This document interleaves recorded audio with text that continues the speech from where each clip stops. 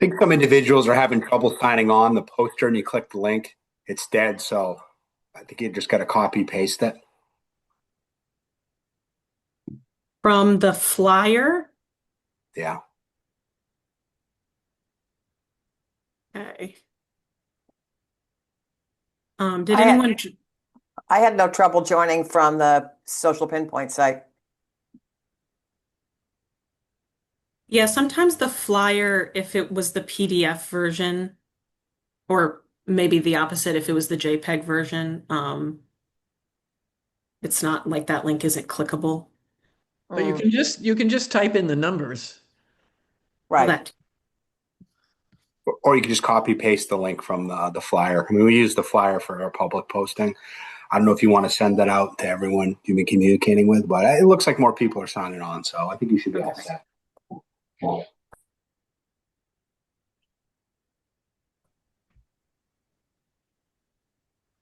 Yeah, sounds good. Tony, if you wouldn't mind just letting people in if they join, and then we can go ahead and get started. Okay. Okay. Um, am I still screen sharing? Yes, you are. Okie doke. Alrighty. Well, good evening, everyone, and nice to see some familiar faces and names. Welcome to the third and final meeting to discuss Edgartown's housing production plan. My name is Laurel, and I'm a community planner at Barrett Planning Group, and I'm joined by my colleagues Judy and Tony. So tonight we're going to walk you through really the heart of the plan, which are the recommended goals and strategies that outlined what is recommended for Edgartown to do to increase the supply of affordable housing. So you'll hear a lot of things that hopefully sound familiar to you as they are from our previous two community meetings or the housing needs assessment, the zoning review, your 2024 master plan, a variety of sources, and then maybe some new ideas from us, your consultants. And then, like the other community meetings, I ask that you hold questions until our discussion after I go through all the goals and strategies as presented on these slides, just so that we know we have enough time to cover everything at least once. So to begin, we want to start by reviewing some vocabulary just to make sure we're all on the same page about the terms we'll be using. Then we'll do a brief overview of the housing production plan for anyone now or in the future to be caught up on what we are working on. I'll then get into a little bit of how the SHI works, the subsidized housing inventory, and then we'll go into the heart of the plan, like I said, which are the goals and strategies, talk about the next steps, and then happy to have a discussion. So please hold your comments until then. So in this presentation and the plan itself, when we're talking about the term affordable housing, we're talking about households with incomes at or below 80% of the area median income. That is the standard for eligibility for the subsidized housing inventory. When we talk about the term deeply affordable, we're talking about households with incomes below 50% of the AMI, because for the most part, that is where the greatest housing burden exists in your towns and other towns on the island and in the Commonwealth as well. Um, when talking about community housing, we're talking about households with incomes between 80 and 150% AMI. And then workforce housing may or may not actually be tied, may or may not be actually income based, but it is housing intended for people who work on the island. Some of these definitions are going to be resonant for you because affordable community and workforce housing are all terms that are defined in the Martha's Vineyard Commission's housing needs assessment. So we're trying to use consistent vocabulary with that plan.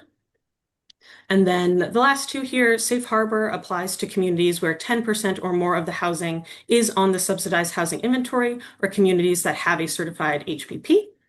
And housing production plan certification is available to communities that have approved enough new units to meet a state housing production goal, which we'll discuss a little later. So just to kind of picture the income limits here that we're talking about when it needs to be extremely low income, very low income, or low income.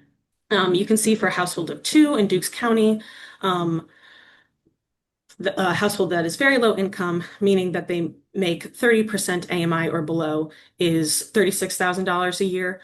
For folks who are very low income, it's $60,000, and then low income, it's $83,400.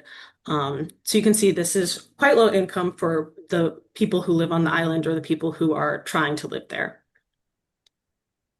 Here. So some sobering facts for everyone's evening about the households in your community. These estimates are slightly dated as HUD produces these counts roughly every 3 to 4 years. So the most recent set is from data from 2017 to 2021. But kind of based on our work through this plan, we don't think much has changed here. So of all the households that are in these various income groups, extremely low, low, very low, and then those over the median itself, you can see the percentage of those households that are cost burdened, which means that they pay more than 30% of their monthly income on housing, or they're severely cost burdened, which means that they pay over half of their monthly income on housing. So in the lowest income cohort, you're talking about 52% of those households being severely cost burdened. You can also see that cost burden among homeowners is quite high, with 86%, excuse me, of extremely low income homeowners paying over 30% of their monthly income on housing costs. But this data does show that there's some pretty extreme cost burden across the board here. Not surprisingly, once you get into higher incomes, the cost burden drops, but even over 50% of homeowners making 80 to 100% AMI are cost burdened. But you can see that there's a concentration of people who are really struggling to live on the island and in your community who are probably giving up other necessities, such as food, to have a home, and those are really concentrated in the lowest income tiers. And so that is why the Commonwealth emphasizes low and moderate income households in the housing production plan process, because these are the households with the greatest difficulty to serve. So just to reiterate some information about the HPP itself. A housing production plan serves a number of purposes. It's important to understand that you can do any type of housing plan you want, but if you're going to do a housing production plan that you want the Commonwealth to approve, the number one goal is how do we get to and stay above the 10% minimum under Chapter 40P.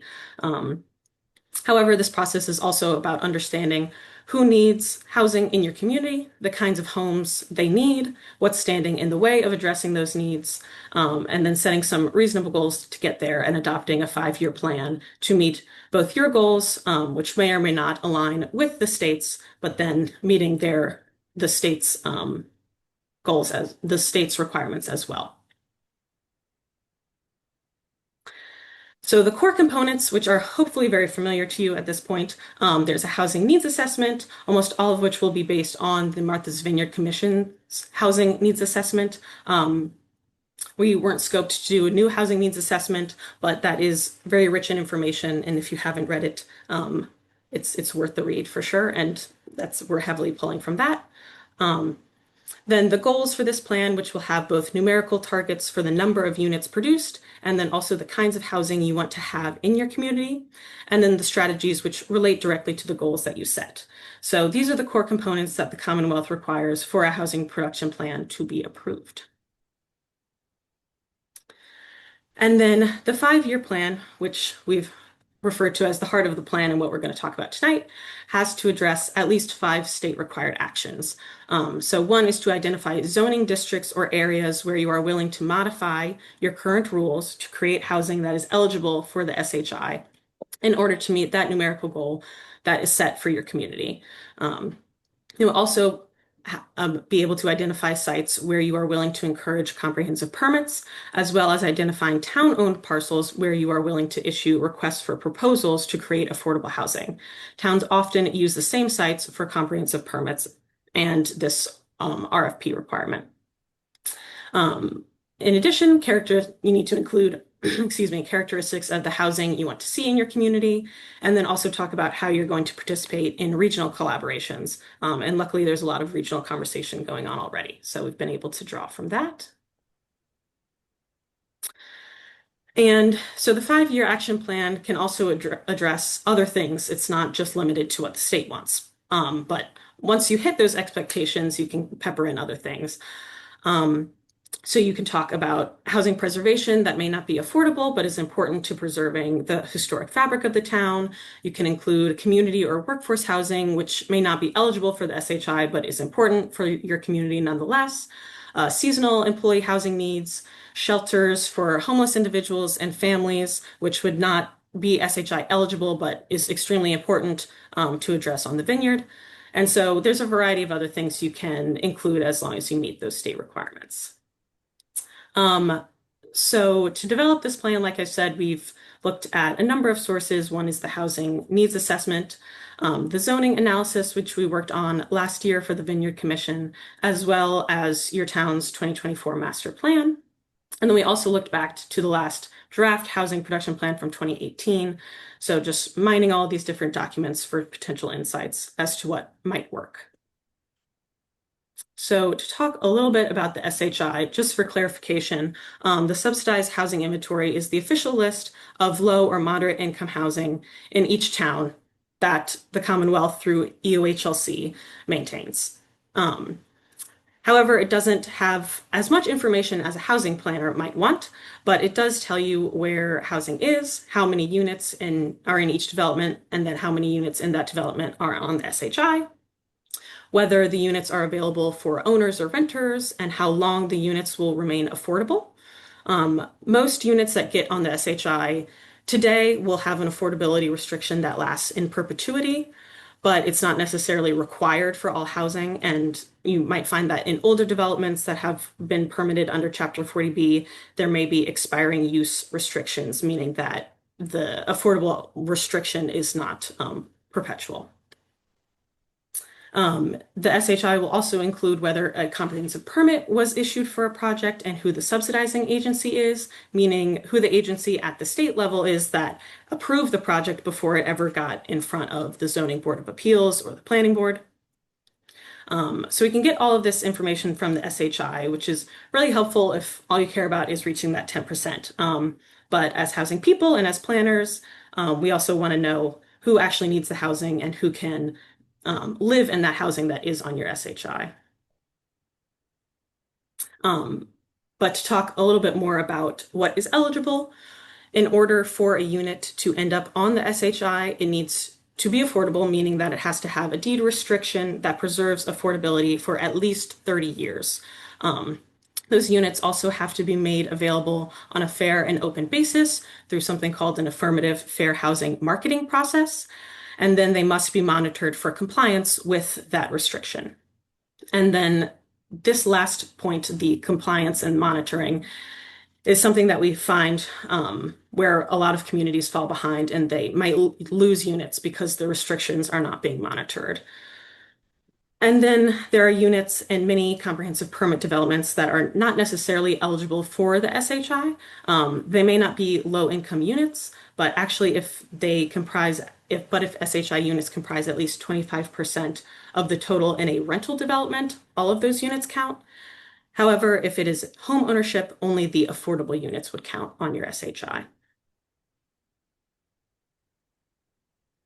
And then to talk a little bit about when a unit may be eligible to be listed, they become eligible when they are originally permitted by the town. So the permitting is the linchpin there. The units will then remain on the SHI if a building permit is issued within 12 months. However, if it isn't, the units will come off. They can then be restored once there is a building permit, but then the state will also require you to let them know whether certificates of occupancy have been issued within 18 months of that building permit. So this is just something to be aware of for any future projects, that it's not only the building permit, but then also when the certificates of occupancy were issued. So there is definitely a burden placed on communities to keep track of all this. It's ultimately the responsibility of each town to notify EOHLC and provide the documentation they need to add units back onto the SHI. The state does conduct a periodic update process, typically by contacting the select board. They provide a form, but then it falls back on the town to report data that may be needed in order to include additional units. So right now, as you know, you have 109 units on the SHI, which is 4.4% of your requirement. You need 244 units to get to 10%. So the gap right now is 135 units. So your pace of production under a housing production plan, which is set by EOHLC, is at least 12 units a year or 24 units for 2 years. If you hit either of those targets, you become eligible to request certification for your housing plan. So there are a few things that the SHI doesn't tell us that we still care about, and that is the composition of the inventory. And so digging to get this information, we want to know how big these units are, if they're age restricted, if they're disability restricted, are they available to families, whose needs are actually being met by these units on the SHI. And so we looked at, by looking at your existing inventory for Edgartown, is that it's actually majority, yes, Meshacket is actually included already. Yes, 36 units. So the majority of Edgartown's SHI units are 2-bedroom units that are not additionally age or disability restricted. And then there are also 31 3-bedroom units. So this is actually quite good, considering many towns often have an SHI that is very heavily weighted towards 1-bedroom age restricted units. So it's really just providing for the elderly, which is definitely a need, but that leaves families totally out of the equation. So yeah, the bulk of Edgartown's current SHI inventory is in Pennywise Path. Meshacket is already on there, and then Fisher Road also has 8 units. Those are the biggest ones. And then Katama Meadows and Edgartown Gardens, which are both currently under review by the commission, could potentially add 48 units to the SHI. So some take-home points to leave you with about affordable housing. It is difficult to develop, and it's not easy to create in general, and it's especially hard in small-scale projects. A small-scale project would require some form of subsidy that is either coming from something like a low-income housing tax credit, or your affordable housing trust, or free or low-cost land, or perhaps an internal subsidy creating by an inclusionary zoning bylaw. These units also require stewardship. And by that, I mean, if you're not monitoring the units for compliance with the restriction, you're eventually going to lose them. So stewardship of affordable housing can be seen as something like stewardship of conservation land or any other resource and asset that a community cares about. Affordable housing units are also vulnerable to loss in a high-cost market. We've seen this pretty much all over the Commonwealth. In hot housing markets, affordable housing is very easy to lose. They are also essential for community stability and health, and essential for addressing homelessness. You can't address homelessness just by creating shelters. You need to have housing that is appropriate and affordable to people who have no income. And finally, I would say from our point of view as planners, that providing affordable housing is also a matter of basic social fairness for every community. And with that, we will shift to talking about the goals and strategies in your draft plan. And so, like I said, these come from a variety of sources, input from public meetings, correspondence with our project partners, the housing needs assessment, the zoning analysis, and from your master plan. And there's also some redundancy in the strategies that kind of fit under the different goals. So you'll see some of the same things popping up more than once. And there's a lot included in these upcoming slides, but I do ask that you hold, comments and questions, just like I said, so that we see everything once at least. Okay. So the first goal, which we've shared before, and the state requires it, is that your town will agree to create 12 or more low or moderate income units every year for the next 5 years, which is the lifespan of the HPP, for a total increase over those 5 years of 60 units. So how will we get there? The strategies, first of all, you want to make sure that when Edgartown Gardens and Katama Meadows break ground, that those SHI eligible units end up on the SHI. So someone will need to take the lead in that effort to advance you towards the 10% goal and get those units. Continuing to support the housing bank bill. You're going to see this under almost every goal because you need funding for affordable housing. And so we've talked about this in the other community meetings as well. We hope that the legislature at the state level realizes how important this strategy is for all of the towns on the vineyard, and each town should be supporting that. So the housing bank bill may create SHI eligible units. It could also reach incomes higher than that, but that's fine because there's a need there too. Moving down, making sure that when you apply CPA funding for housing, you keep an eye on households at or below 50% of the area median income, because like we saw in that table, that is where the greatest incidence of housing cost burden exists in your community. Zoning reform will be important for all Martha's Vineyard towns, and it is a requirement by the state. In general, the current zoning relies on a lot of discretionary approvals that could be replaced by more straightforward zoning. In general, developers would like and need reliability if they are going to create affordable housing for you. So they kind of need to know what they need to do to get a yes. So the more you rely on discretionary approval processes, the less likely you're going to get affordable housing. So think about zoning reform to reduce the special permit requirements you have now and move toward an incentive zoning system that essentially says if you do these following things, you'll get an approval. If not, you're into a special permit. But just think about this as, what do I do to make this more palatable for a developer to develop the kinds of housing I want to see? So this has come up in reference to the special permit requirement for multifamily and employee housing, for example, to appear as single-family homes. This is talked about in the zoning analysis, and we've talked about it before. But the desire for these housing types to look in harmony with Edgartown's existing character is not a problem at all. But, for example, adopting zoning standards that articulate that look will help developers who want to make such housing know what you want and help you know that the projects that come before you will be predictable in scale and design. So this comes up in a later goal too. So I'll move on for now. Another way that you could potentially reform special permit requirements is regarding single-family conversions. Edgartown currently allows the conversion of single-family dwellings to two-family dwellings by special permit in some districts, so long as the dwelling is more than 5 years old and the lot is at least 50,000 square feet. They also allow this conversion to a three-family dwelling for the same minimum lot size and a reduced parking requirement per unit in the R5 district. So this does give homeowners options and can provide additional housing units without changing the built environment.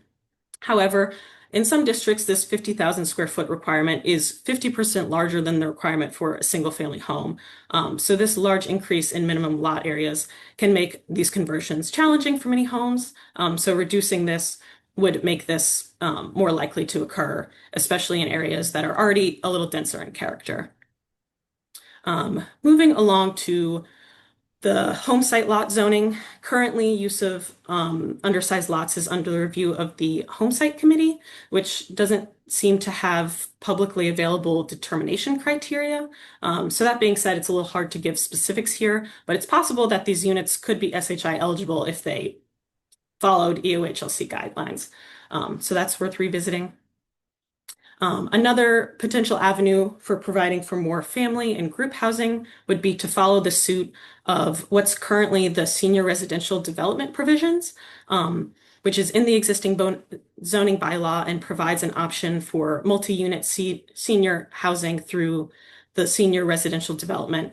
And this allows the planning board to grant a special permit for age-restricted units, as well as other facilities like care centers, staff housing, et cetera, in cottage, two-family, and townhouse-style dwellings. So creating specific regulations for family and group housing under a similar provision may help increase the variety of housing stock that meets a more diverse group of Edgartown residents. And then last on zoning here is something that has come up before but needs more discussion. Where in Edgartown could multifamily possibly be allowed by right? So we can definitely talk about that later.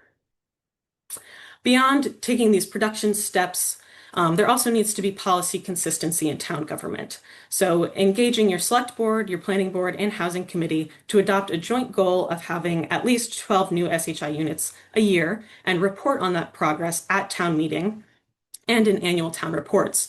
so that there is some accountability and it's not just a statement, but it's actually something that you're going to do by adopting a number of these recommendations, and that'll be the official policy of Edgartown.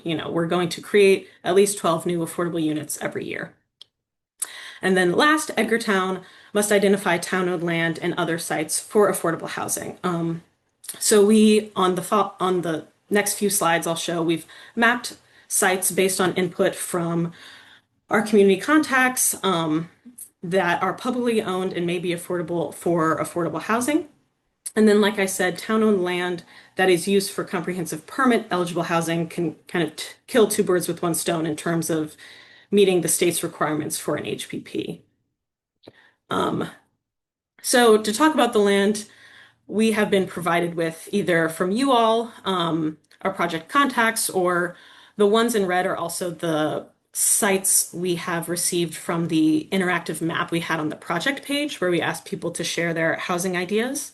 I know it's small right now, I'll zoom in, but as you can see, this shows all of Edgartown just to get your bearings. In general, municipal and state land that was provided is shown as the specific parcel. However, any private land that has been talked about is kind of generalized in a bubble as to not call out any specific private parcels. And then the green areas are open space, the teal are wetlands, and then blue circles are watershed protection areas. And then town-owned land that has been suggested is in purple. And then you can see the pink stripes are Edgartown Gardens and Katama Meadows, which are currently under review by the commission, like I said. So I'll go through them now, and then we can come back to these slides to talk about specific parcels. So first are 4 town-owned sites that have been provided to us. These are in purple. Beginning with number 3 is a site from the 2018 HPP, which contains 101 18th Street South, which was also provided to us on a master list of buildable tax possession lots. And that was categorized as possibly an eminent domain taking. Number 7 is 67 Pennywise Path, which is also on that master list of buildable tax possession lots. And it looks like this is already requested for affordable housing. Number 11 shown here is the former land bank offices at 167 and 169 Upper Main Street. I know they're small. And then number 15 in the upper right-hand corner there is 294 Chappaquiddick, which was recently appropriated for $50,000 for planning for affordable housing. Moving on to the next category, we were provided with one state-owned site, which is the current county jail. It's labeled as number 12 here. And then the third category are other sites that we have been provided with, but are not necessarily publicly owned at the moment, or at least based on what is reflected in the assessor's records online. Number 6 is another site from the 2018 HPP, which has frontage on Edgartown Vineyard Haven Road and Holly Bear Lane. This site was noted then as being located near existing residential density and near public transportation with bus service, but it is currently privately owned. Numbers 10 and 14 are stretches along West Tisbury Road and Litchfield Road, which may have some properties of interest along them, but they were kind of described more generally. So that's just a buffer along those roads. And then numbers 5 and 8 are potentially lots that have been gifted to the town, 36 20th North Street and Walking Man Close, which was received by the Martha's Vineyard Commission in February of 2024 as a private trust donation of 2 existing structures and about 17 acres of land to the town for the creation of lots for affordable year-round housing and market lots. Wait, Laurel, I'm sorry, which property? It's called Walking Man Close. So that, unless I'm mistaken, that's actually a privately owned parcel. Those it's not gifted to the town. Those lots were divided. It was an approved DRI, and they've actually been awarded out as attainable lots. That award was So if we made a could, couple of weeks ago. if we could just, Laura, thank you for that. We'll come Okay. back to this. I just Okay, want to great. let Laurel get through the presentation. Thank Thank you. Okay. Yeah. And that was just received. So we can edit this.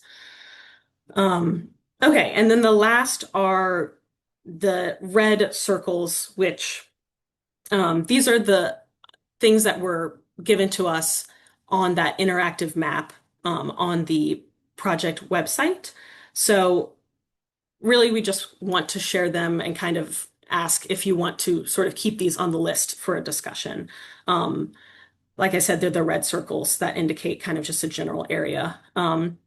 So number 4 is around Halls Gate Way, which is primarily private land, which has some vacancy and perhaps potential for redevelopment.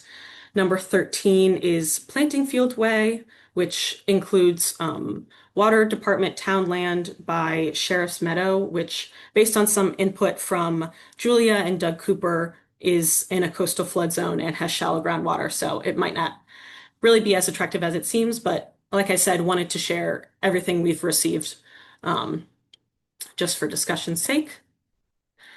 Zooming back out, because these are a bit larger areas. Number 1 was noted a few times, land out by the airport, which is a mix of municipal and private owners. Number 2 shown here is Windsor Drive, which is a lot of privately owned single-family homes or privately owned vacant lots in the neighborhood between Pennywise Path Conservation Land and the State Forest. Number 17, moving down a little, is an area around Deacon Vincent Way, which also has a number of private vacant lots. And last is number 18, which is along Herring Creek Road, which is town and conservation committee land by the Katama Airfield. So that was a lot, but we will come back to this for discussion. Just wanted to share kind of everything, the receipt of everything we've received. Okay, next goal is to increase the availability of different housing types, including rental and ownership units in a variety of sizes and affordability levels through infill, redevelopment, and thoughtful new construction in cluster or cottage court pattern.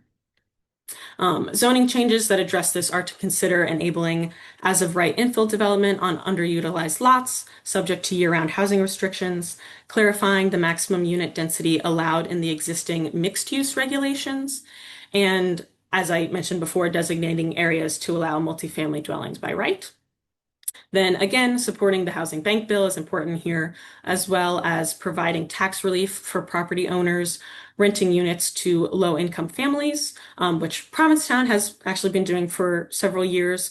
It does not get you units on the SHI, but it does address a need, so it's included here. And then additionally offering a residential tax exemption for the conversion of single-family homes to duplexes and triplexes with a mix of year-round and affordable restricted units. Edgartown already has a buy-down program and a Housing Heroes program. So continuing to support those, which is also called for in the master plan. And then the buy-down program could be expanded to focus on purchasing deed restrictions from older residents, which would allow them to age in place. And then a regional strategy that's pertinent here that we're including in other Martha's Vineyard Town 2 is to promote amendments to state law to clarify their permissibility of deed restrictions for year-round housing. Moving along, we can also adopt permit fee waivers or reductions for affordable housing, such as for developers who construct 2 and 3 family dwellings with a mix of year-round and affordable units. And then to also touch on the demolition delay bylaw, which we've talked a little bit about before and is something that's coming up in almost all the towns. Edgartown's current demolition delay bylaw requires that before a residential property may be demolished, it needs to be offered to the Dukes County Regional Housing Authority, which has 30 days as it stands to determine if they would like to take possession of that structure. However, it's unclear if the owner can reject their offer should they give one. And this setup also entirely depends on one organization's capacity and resources. So revising this bylaw to mimic what they do in Nantucket, which is to pair it with a structure relocation program, and as well as offering the structure to multiple organizations, would increase the likelihood of structure reuse. So like I said, that's a model that's been in place in Nantucket with some success. It doesn't really create affordable SHI units, but it can certainly be useful for workforce housing specifically. And then the third goal is to support a diverse population by helping current residents stay in the community and providing homes for older adults, employees, families, and people with disabilities and the unhoused. In general, integrating affordable homes into neighborhoods and within proximity to amenities supports a vibrant community. Zoning reforms to support this goal can include, again, providing for families and other groups within multifamily zoning, defining and adopting regulations for congregate dwellings and single-room occupancy housing, which are housing types that are currently not defined and thus presumed not allowed. Clarifying and expanding conversions of large single-family homes to multifamily dwellings within the existing footprint, which simply changes what can be done on a lot, doesn't change outside. And then instituting what are called visitability and universal design standards for multifamily and mixed use buildings, which refers to housing that is designed to be lived in or visited by people with disabilities. And then the demolition debate. Oh, sorry, I deleted that one. I reorganized that one. We already talked about the demolition delay bylaw. Once again, supporting and promoting the housing bank bill and seeking private donations of property for workforce housing could also be another model. Continuing on with this goal, there's a lot here. Encouraging ADU construction as a means of infill development, specifically exploring an Aid for ADUs program, which could do things like providing technical assistance, site planning, and financing for ADUs. ADUs cannot be required to be income restricted per the state, but you could use this program to incentivize optional restrictions. And then finally, some regional goals to support the unhoused population in Martha's Vineyard. Provide funding, land, or permissive regulations for year-round shelter facilities, transitional housing, and permanent supportive housing, or all of the above, to address the island's homelessness challenges. So this could include increasing funds towards the Deuce County Regional Housing Authority's Emergency Rental Relief Program, working with towns and harbor homes to provide permanent and transitional housing options, and establishing a permanent emergency fund for those at risk of homelessness. And then coming back to the desire to fit new housing into Edgartown's existing character and to provide that housing without sacrificing natural resources, we have this goal to address housing concern while protecting Edgartown's built and natural environment, including natural resources, scenic landscapes, and historic small town character. So I mentioned this in the first goal, but in general, developing and adopting design standards for the type of housing called for in this plan will help with predictability for developers and cut down on the administrative cost of special permitting because there will be consistency in scale and design. We also think downtown could be a good candidate for form-based code, which, unlike conventional zoning, emphasizes the physical form of the building rather than the use inside the structure. But this would require more consulting work. And then the 2024 master plan calls for new housing development to be sited within water planning considerations and the in-development comprehensive wastewater management plan. So we've included that here too. And then we've talked about this in the other community meetings, but to explore new and innovative approaches to protecting water quality and the need to continue island-wide water quality and watershed planning. Next, we have the goal to increase capacity to produce affordable housing through leadership, development, advocacy, staffing, funding, and relationships with nonprofit and for-profit developers. How can we do that? by partnering with groups like the Citizens Housing and Planning Association, or CHAPA, Mass Housing Partnership, Abundant Housing Massachusetts, and other advocacy organizations to first and foremost make sure your town boards are trained. Many communities will have a zoning board of appeals facing a comprehensive permit, and they're lost because they have not been trained. And there's actually currently a bill pending in the legislature to require training of planning boards and ZBAs and other boards involved with land use. And it's likely to pass, but so you may not have a choice. But it's good to recognize that it's hard to ask volunteers to do their job if they don't fully understand what their job is and what their jurisdiction is as a board. Also, building and supporting housing advocacy. More often, people will turn out at a development hearing if they don't like housing, but you often are missing the voices of people who don't object to a project and may be a little intimidated to be in a room full of people who are angry. So building up a local housing advocacy corps, it could be called housing ambassadors, is really important. It takes time and effort, so it can be easier to partner with a group like CHAPA, but this is something should consider doing if you want to create a climate in your town that enables the kind of zoning reform and housing that we're talking about here.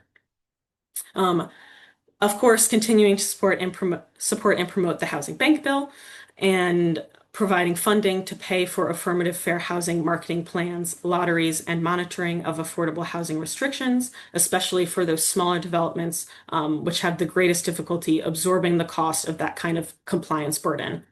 So anything you can do to offset that cost to a project will help you get smaller scale affordable housing where it is otherwise not going to happen. The housing needs assessment also calls for formalizing collaboration between different town entities to streamline processes for committing funds to affordable housing projects. The town can also commit funds from the general budget for affordable housing, as well as increase funding towards regional entities like the Regional Housing Authority to support their programs and help boost local capacity with regional partnerships. And the last funding strategy is to potentially allocate local taxes like the local option meal tax and the short-term rental community impact fee to your affordable housing trust. And finally, the last goal is to think regionally and act locally. And we know this is already happening on the vineyard, but it's important to reinforce this in the plan. Collaborate with other Martha's Vineyard towns to establish a regional housing services office, ideally working with existing organizations. So there's a couple of regional housing service programs in Massachusetts. There's one in Barnstable County and one in the Metro West region, which are quite successful. And this is sort of a way to get help when you don't know what to do at the town level. And this entity could also monitor affordable housing restrictions, which is much better to do on a regional basis than to try to figure it out as an individual town. As mentioned earlier, providing training for boards, sponsoring public information and education events about the island's housing needs and challenges. It's a good idea to kind of memorialize the conversation about housing through potentially a yearly forum, which can keep the conversation moving in another place other than just at board meetings. It'll draw kind of fresher ideas and keep the momentum going. Working with other towns to establish an island-wide definition of local preference would be a great thing to do, although it might be difficult. But we've heard this repeatedly. You're all one island, and that could be a preference for you all. And then last is to think ahead. What will you do if and when you get to 10%? Will your housing needs really be met? And the answer is likely no. There will be more need than this 10%. So you can follow the experience of other towns in Martha's Vineyard that have gotten to 10% and are now asking themselves, do we need more? And the reason to do more is that you'll probably still have housing needs. And so by only building and buying your way out of it, you can't really meet everything. So it's important to start thinking, what will come next? And then for this process, before we open it up for discussion, we are going to submit a full draft of the town to you by the end of this month. Then there will be a comment period for a couple of weeks. That document will really be what we've already talked about here, and then assuming you've read the housing needs assessment, the zoning analysis, and what's been talked about in other meetings. And then we're really just at the point that we need to take everything and get it into one document. And then our goal is to submit the final plan to the Martha's Vineyard Commission by July 30th. Then there will be an approval process that rests with the planning board and the select board. And then, of course, submission to EOHLC for approval if the plan gets adopted by those boards. And then only with that approved plan can you get a certified housing plan, which is the tool that gives your community more discretion over the 40B projects. Okay, so with that, I apologize for the length of that, but we'll open up for comments and maybe start with questions. Happy to go back in the slide deck. I think James has his hand up. Can you hear me well? Hi, James. You think you could go back to the property lists? Sure. We can try to chisel each one of these one by one and go through the strategies. But this was a really good presentation. I really appreciate the maps and kind of the detail and where those properties are. I've only seen them in spreadsheets and they're across the board. And I checked out your website, and I think that was a beneficial tool as well that people could add it. But these are my individual thoughts, just the town administrator. I'm not saying from the select board or anything else. Mhm. Provided by the town municipal land. 3, I think that makes sense. Number 7, 67 Pennywise Path makes sense. Mhm. 11, I'd be hesitant. I think that's going to more go to a higher AMI, just based on the view of it probably going to several department heads. I don't think they'll qualify. Number 12, that's great in theory. I think that would be awesome. I don't know what pushback you get from the state or the sheriff's office. I think provided by town, those all work. This problem will be solved significantly if you go to housing ideas map at the airport, but I think that's a lot of FAA and airfield commission bureaucracy. On the last comment I'll make, I think there's probably some utility in looking at the land that's adjacent to the wastewater plant on Edgartown, West Tisbury Road. I think that has some land that won't necessarily have the disqualifiers that the water plant has. In island time, they're miles away. In the real world, they're a walk away. So, but they are different. Herring Creek, the Concom, I'm assuming that has a CR, some type of conservation restriction. That's very sensitive with regard to that whole area that I think will just be impossible.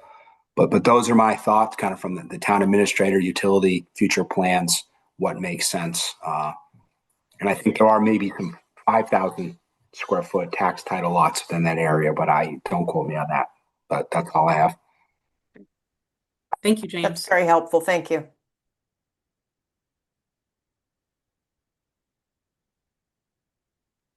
I just had a question. This is Lynn McCauley here. One, is it possible to get a copy of this presentation? Is that available? Yes. Just a lot of information to take in. Yes. I okay, and completely understand. Yeah, it'll be on the it's not there yet, but it will be on our project website, which I can send a link in the chat to. Okay, that would be great. And then just the other question was, just can someone explain what the buffered roads are? Yeah, so the West Tisbury Road buffer, one specific private parcel along that road was provided to us, and we didn't want to call out specific private parcels in this forum when we haven't discussed, them with that landowner. So just highlighted that area as maybe a potential area to look at parcels, but didn't call out the private parcel there. Okay, and the one on Litchfield? Yes, same for that. That was also given to us as potentially another, and I think Shanette or Julia, maybe you remember better. Okay, no. Um, there was mention of a Litchfield Road lot, and I there wasn't any more information than that. So also called out that area. But this would be a great opportunity to, if there are more specific areas within those buffers or, those roads to provide them. But there's nothing, it's just that there's lots that you've identified that maybe, I think maybe you're referring to, I believe there's a road, or there's some lots on Litchfield Road that were potentially going to be donated for affordable housing. But it's not the whole road, it's just a couple of lots or whatever's already been identified there, right? Sure, yeah. So I did not receive those specific parcels though. So if we have those, I could then include those more specifically. Okay, thank you. I just wanted that clarification. Yeah. That's great, thank you. Yeah, not the whole road, I understand. Yeah, Julia, You're on mute, you're Julia. muted.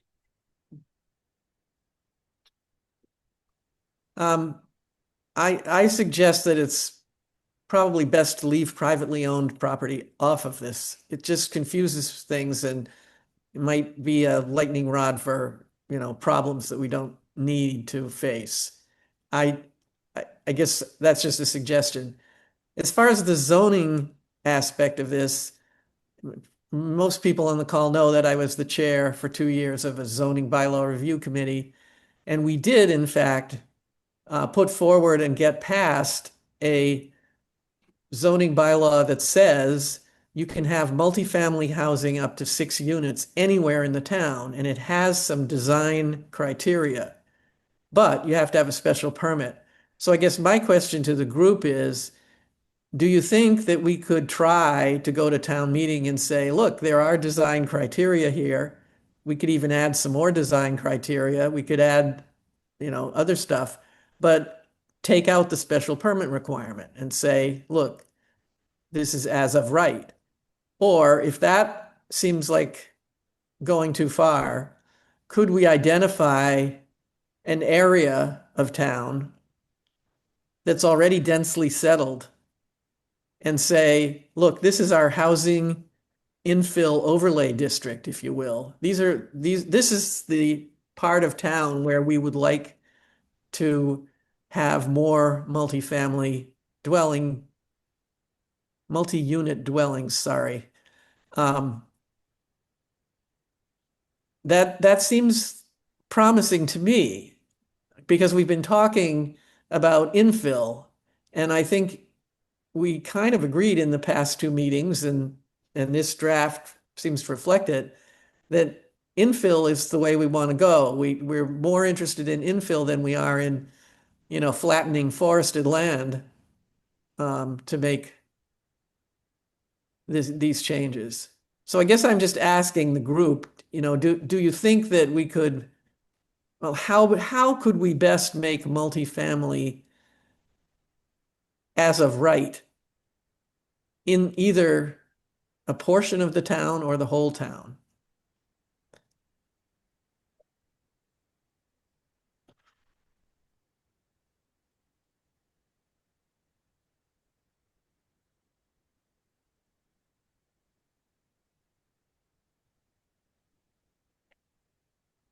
Mike, I see your hand. Did you want to respond to that, or was it a separate?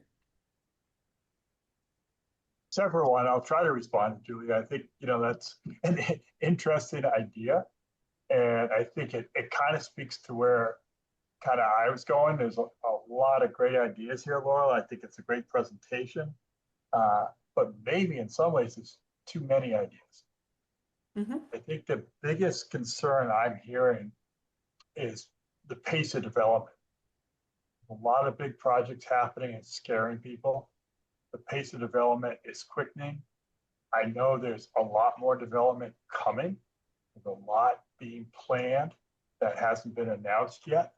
And that's concerning. I think the biggest thing we could do is, get the right pace of development. And that means understanding, what's our real goal here? Is it to get into safe harbor so we can actually direct the developers rather than them directing us.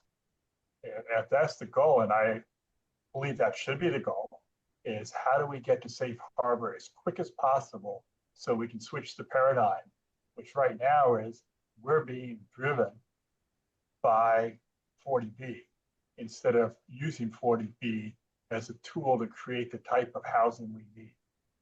So if we can get to safe harbor, we can then create the type of housing we need and direct the developers.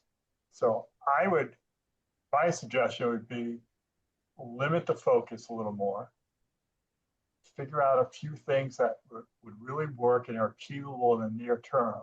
You know, if Edgartown Gardens gets approved or Katama Meadows gets approved, then you're basically in safe harbor for at least a year. Now, what is the goal for the town? How can we get our act together to figure out where we want development, to Julia's point? How do we want to see that development? And then get it done. And work with the developers to get it done. Because it's going to happen. Development's going to happen. But it's a matter of getting good development and the type of development the town needs. And not just for the really low income, but for the town employees, for the missing middle. We can't forget that as well. So that's, you know, I know that's not really quite part of this plan, but it should be part of this plan. Because once we get into safe harbor, we can start creating developments which help everybody. I don't think I directly answered Julia's thing, but that's what was on my mind. Well, we have to come up with some zoning change that we will tell the Commonwealth of Massachusetts that we are going to try for. I guess I'm just curious what others think that should be.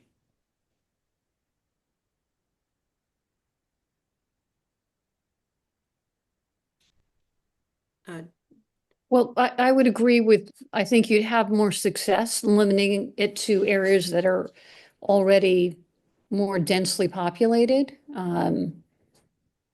You know, I kind of agree with Mike. It's a lot to cover. But my understanding of 40B is that until we get into safe harbor, we really aren't going to have as much control over what happens on development. So, you know, this is going to help us get into safe harbor, right? I mean, I don't know what the That's timing. the point. That's the point. Yeah, yeah. So, you know, we got to do it, right? Otherwise, we're not going to be in safe harbor and we won't have control over it. So I see other hands up. Maybe we should, Laurel, if you don't mind, do we want to, why don't we recognize people who've actually got their hand raised? Is that okay? Oh, yeah, that's fine. Jeanette? Yeah, go ahead. Okay, so very good presentation. Thank you. I would like to, and I agree with both Mike and Julia, because you know we need to get the zoning figured out. But there was a list that was sent with 5 items that we need to get done. I guess these are the requirements for the housing production plan. I would like, if there's going to be a focus point tonight or some other time, for it to focus on these 5 points to move this forward. Well, that's kind of really what we're trying to do. Yeah. So the first of that would be this zoning conversation. Correct. And then the town-owned, the town-owned land for RFPs and the comprehensive permit. Like Julia was also saying, focusing on municipal land is a way to meet both of those requirements at the same time. So that would be with this map. And then the regional things, I think, are maybe we don't especially need to, those 3 would be the zoning, the town-owned lands, and the comprehensive permit would be the 3 that we should really focus on. Yes, I agree. Okay, thank you. Laura, I think I see your hand next. Mhm. Oh, you're muted. You'd think I would know how to unmute myself already. This was a great presentation, and I would say, speaking as a planner, this does not feel like too much information. I think the categories are really specific. I think the strategies for the regional piece are things we're already doing, the towns are already doing. There's a lot of stuff that's already underway. The seasonal communities designation has been passed. So changing that language to say, continue to expand the seasonal communities designation toolkit. The housing bank bill has been filed. So supporting that, that's not a change in direction for any of the towns. It gives an option to actually include strategies we're already using in a housing production plan, which, to speak to Mike's point, a lot of that is targeted on missing middle housing. So I don't think this is too much, because if you look at it piece by piece as a planner, I think this is actually really well organized. It's super specific. It's got those 5 categories, and they're all achievable goals for the town of Edgartown. On the zoning piece, my thoughts are generally shifting because, to speak to Julia's point, because you have that special permit for the multi-unit that looks like a single family house, moving from that to by right is not a huge stretch, because you just have to increase your design parameters.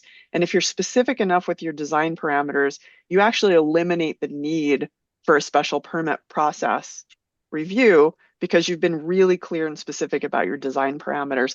So that actually feels really achievable. That's done really widely. And you guys have already done the big step, which is saying there's a special permit process for this type of structure, and your community has accepted that. So I would say that's an easier lift than creating an overlay district, which you may need more time. Not to say that you shouldn't create an overlay district, but that first piece, you could have both strategies. The going to by right is actually not a difficult lift, because you just flesh out the design parameters. And I see Judy nodding over there, because I agree. Yeah, she sees this all the time. It's done really commonly, and it actually reduces the workload for the planning board by just being more specific in your zoning bylaws. You get the same result, which I know the planning board has a tremendous workload in Edgartown. So anything you can do to refine your zoning bylaws to get the same result but reduce their workload, I think seems like a real win-win for everybody. So those are my thoughts. And then I would just say the partnering with the state agencies too is such a great idea, because Mass Housing Partnership they have affordable housing trust tech support for free. So they can help you make a 5-year plan for your affordable housing trust, a financial plan, a strategy plan. It's all free, and it's great. It's incredible training. They also do a 40B training, whether it's a friendly 40B or a not friendly 40B. They'll come in and hold your hand all the way through the process. It's incredible. So I know it seems like a lot of bullet points on these strategies, but they're not. A lot of them are really not heavy lifts. They're just common sense things that are being put on a list so that you guys have a menu to pick from. And the last piece is just the year-round deed restriction piece. I would add the words in perpetuity to that, to clarify existing law, because that's in the seasonal communities designation. We just want to make sure the guidance in September is really clear around the in perpetuity piece and the implementation. And then the Walking Man Close, Kate Putnam had a question about that. And we just want to clarify, if that's the subdivision that Rob Cohn proposed, then that's actually not those aren't gifted lots to the town. So I'm not 100% sure what that is. So we just want to clarify that, and we can do that offline. Yeah, I can provide more info on that and what I found there. Kate, did you? Yeah, I think it's the Jernigan pond lots that were approved, because they came with restrictions on them for affordability and for year-round habitation, as well as size of buildings. And because I'm not familiar with Walking Man Close, but on the map it looks like it's Jernigan Pond. Okay. And yes, that was something Rob McCarron brought forward for the Cohn family. I had actually a couple of other questions. One of the things that my big question is, we talk about the 10% as the numerator, and I am equally concerned about the denominator, because when we look at things and we say we need to increase to 10%, every time we approve another large second home at the town level, we're increasing the denominator and making it more challenging to get to the numerator. And I'm wondering if there is a way to address that. So that's question number one. Question number two is I've been told repeatedly that as much as people might like to think they could put housing at the airport, that the FAA does not allow it. And so I'd like to get some clarity on that. And then my third one is something that touches on it, and we've seen this in at least one other town on the island, which is that we find here there is a lot of commingling of businesses in residential areas, that we do not make a provision anywhere for light industrial, whether it is, garden supply, something that relates to the ocean where people need to store things and move things in and out. We have no provision for people doing that. And it's becoming a conflict in at least one other town on the island. And I have the feeling that we're probably not far behind. And I'm wondering how it is that we want to think about what it is that people are allowed to do tacitly or, legally in a residential area before we reach a point where it might be a breaking point. So those are the questions that I'd like to see addressed. So I can address the denominator question. Mhm. That is set by statute. So every 10 years when the new decennial census is published, the year-round housing count in each community, which is simply total housing minus seasonal, that becomes your denominator, and it stays that denominator for 10 years. Regardless of whether the house is in fact inhabited year-round. The Census Bureau, as part of the decennial census report, identifies total housing units, total occupied housing units, and total units that are vacant because they are seasonal. The Commonwealth deducts the seasonal or vacation home count from the total, and the net is what becomes your denominator. That's how the denominator is set, and that's by law. And how do they determine what is seasonal and what is not? So that's a good question for the Census Bureau. And I'm not trying to be cute with you. Yeah. The census is taken, generally in April. If they have questions about properties, they will typically consult with someone in town hall. I can't speak for how it happened in Edgartown. I can just simply tell you that there usually is there's a census staff that works on this. They probably consult with the Vineyard Commission as well. I don't know with whom, but I can just tell you that there is communication between Census Bureau staff and local and regional officials to try to ascertain the status of certain properties. So the seasonal count that's in the decennial census comes out of the denominator number for your town. Okay, thank you for that. No problem. Do you know about the rules of housing near the airport? Not well enough to speak to it. I'm aware of what you're saying. I also know that in Nantucket, the Airport Commission is creating some housing not far from the airport. I don't know how the airport area for FAA purposes is defined in Nantucket versus your community. So at best, I can just say it's sort of something the town should look into, perhaps in consult with the authorities over the airport. It's really the best we can say for this plan. I am aware of what you're talking about. At Hanscom Air Force, the airfield in Lincoln and Bedford and Concord, there is also considerable military housing right by that airport. But that's kind of a slightly different breed too. It's military housing. So, you're asking a valid question. We don't have the answer. I think all we can say is if there is not an FAA impediment, this might be an area to look at. Okay, my third question was how do we, and this may not be something you're capable of addressing, but how do we as a town look at the use of professional commercial operations in residential areas and make appropriate provision for that? So that is a great question. And fortunately, I can say that's outside our scope. I do understand the question you're asking. Frankly, we do a lot of work on Nantucket, and there are very similar questions that come up there. but it's not one we're going to be able to answer in the confines of this project. Can I? Julia?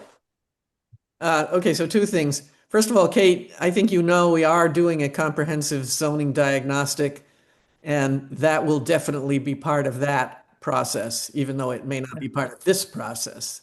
So I promise you that. Second, and more to the point that we're talking about tonight, would it be possible to put somewhere in this plan that we would like to see 40B projects that have more than 25% low income? I like what was said at one point when we were racing through all this stuff, and I put a little star next to it, that non-LMI rental units are eligible for the SHI if the LMI is 25% or more of the development. Right. So could we somehow put that in this plan, that that's what we want? We don't want to see 40Bs that have less than that. So you ask a good question. You are encouraged as part of the sort of 5 criteria to address characteristics of housing that you would want to encourage. Yeah. And you can certainly say we have a preference for more than 25%. If it's town-owned land and you're issuing a request for proposals, you can put in your RFP, we want proposals for more than 25%.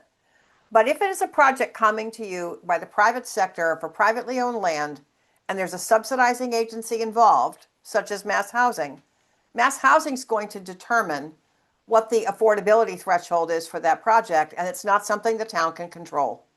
So there's nothing wrong with saying you have a preference for more affordability, but you can't impose it on a privately initiated Chapter 40B development that is coming to your community through the pre-approval process that happens with a state subsidizing agency. Thank you. You're welcome. James? I was just going to say about kind of deducing what Julia said. To get to the point, what other main parcels within the town that are not town owned will be applicable for a major 40B that could actually fit some positive numbers in the SHI? And it's kind of a question for the group. My favorite one is Edgartown Hardware. They seem to have a lot of land there that is kind of underutilized, and it's in the perfect spot. But it's privately owned, obviously. And they might be startled to hear that I think it's a good spot for one of these developments.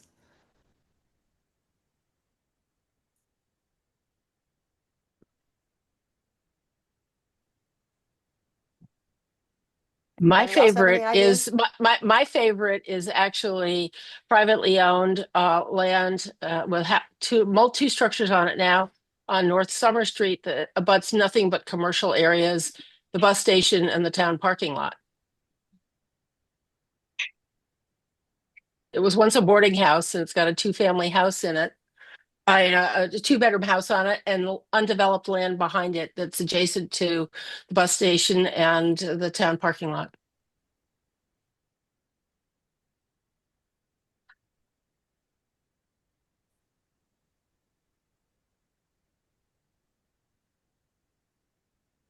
Behind the visitor center, Kate, is that what you're talking about? Yes, the house that's called the Henry Colt House on North Summer Street goes all the way through Oh, okay. along the town the parking lot to the visitor center, bus station, whatever you want to call it. Yep, got it. So, and it's totally surrounded by what it may have been residential at some point, but it is all now commercial.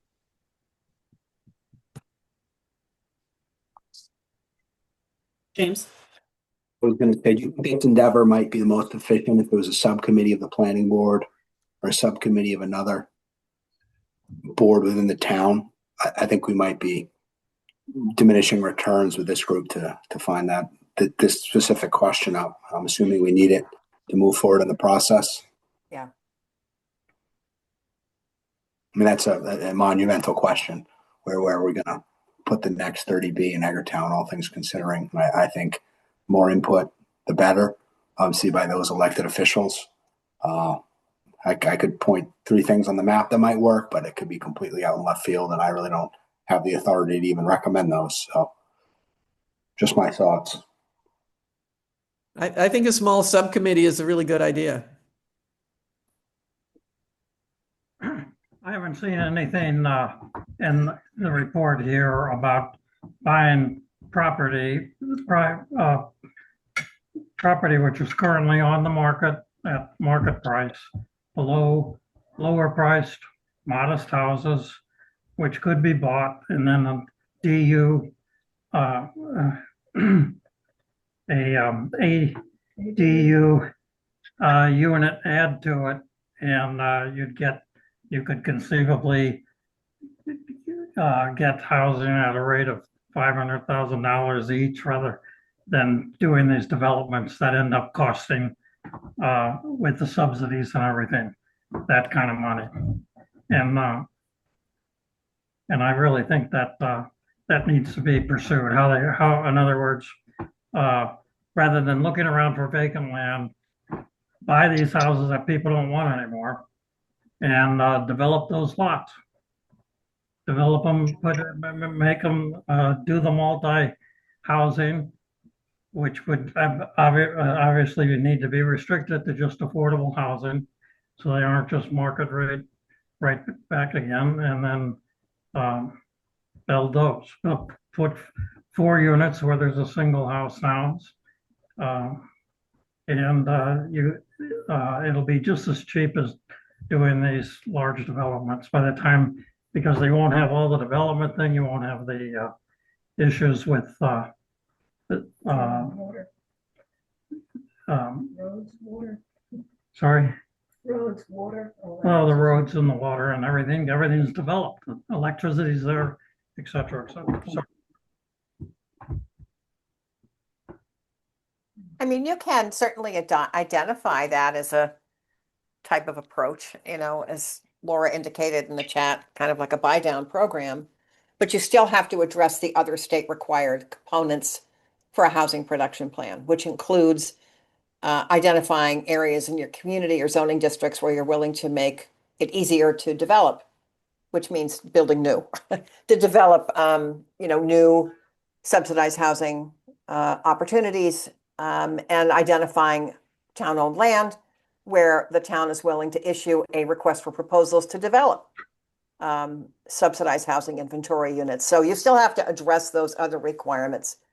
The Commonwealth is not going to approve a plan that relies entirely or even mainly on acquiring existing property. I could just tell you that other towns have been through this. I'm not suggesting at all that you're not include the things you've already included. I'm suggesting that this could be added. Sure. I do Sure. have the question about this, or my suggestion to Julia about the zoning bylaw change to allow the multiple housing, is that it would really be helpful for townspeople. And I think if the areas that you had in mind could be identified, rather than just saying anywhere in the town. And that could be done with consultants who are familiar with what areas of the town would be, and who could make themselves familiar with what areas of the town would be most appropriate. For instance, which ones are served by sewer, and which ones are already developed, which ones are underdeveloped, whatever. Yeah, that's one of the things this small subcommittee that James is suggesting could do. Sounds good. Thank you, Roger. Laura, I see your hand. I'm sorry, I had to step away. We had a brief pet emergency, so if this has already been covered, forgive me. But I can't remember if there's a bullet point in there that talks about pursuing a year-round deed restriction acquisition program. Was that articulated? Yeah, let me try to. I know year-round deed restrictions was referred to, but I don't recall year-round deed restriction acquisition program, and I'm wondering if that's something that the town wants to include or articulate out in the buy down, like underneath that buy down piece, because that's a little different than a buy down. Yeah, it is. Or than a traditional buy down. Right.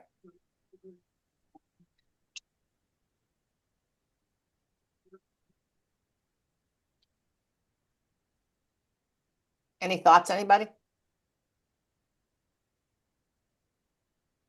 I guess I'm posing that question to the town, Right. James, that's something that's come up in affordable housing committee conversations, and, it addresses missing middle housing. It gives an opportunity um, to stem the loss of naturally occurring year-round housing.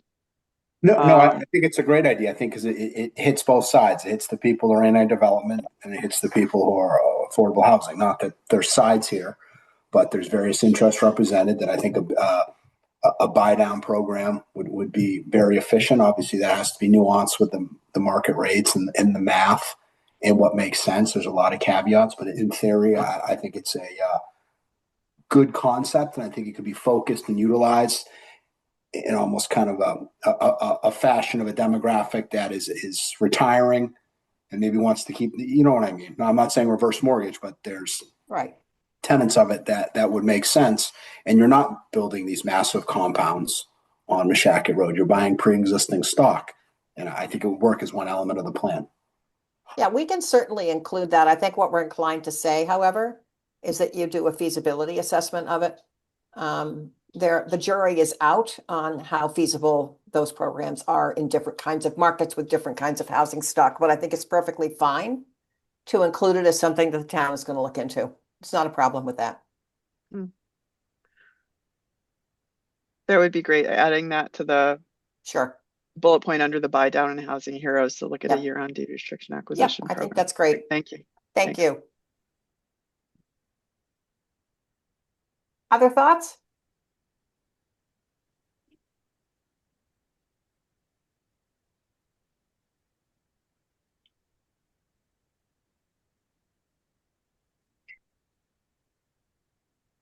This is pretty good. You never know when you do one of these meetings whether people are going to hate you by the I end have of it one. or, or, I have one sort of, thought, yeah. Judy. I have one thought for you, which Yes. is that the original link that was set out, um, several weeks ago, didn't work, and so the people who are here tonight were smart enough to figure out another way to get the correct link. I don't know how many people we lost tonight because the link that was sent out originally wasn't working. And I raised this as a thought that maybe you want to see if you can create a fourth meeting. Yeah, we're not going to be able to do that. We don't have time. However, it is interesting that there was a problem. So what I did, because I was concerned about this, is I tried the link that was on Social Pinpoint and that worked. And then I tried the link that was emailed to the town and that worked. So I'm not sure which link it is that's not working, but I can tell you that those two mechanisms that we used to try to get the word out were working. So I don't know what went on. I don't know what went wrong. But it's the link on the town's website did not work. I see. Okay. So the link on the project page that we created did work, and the email that we sent out to the town to confirm this Actually, meeting. the one on the project page didn't work for me, but the town link Oh. did. So there's some. Oh, yeah, I signed in from Social Pinpoint, so So did I. I yeah. was able to get right in. yeah. Anyway, this is the third meeting, and this is what we can do. So we're going to take this to heart and give you a draft plan that the community is going to have an opportunity to vet and discuss further. Certainly, I mean, you guys can certainly have more meetings to discuss this. I think our job is to get you a draft plan that memorializes what's been discussed so far, and you may decide to add to it things that we haven't even thought of, which is always great when that happens.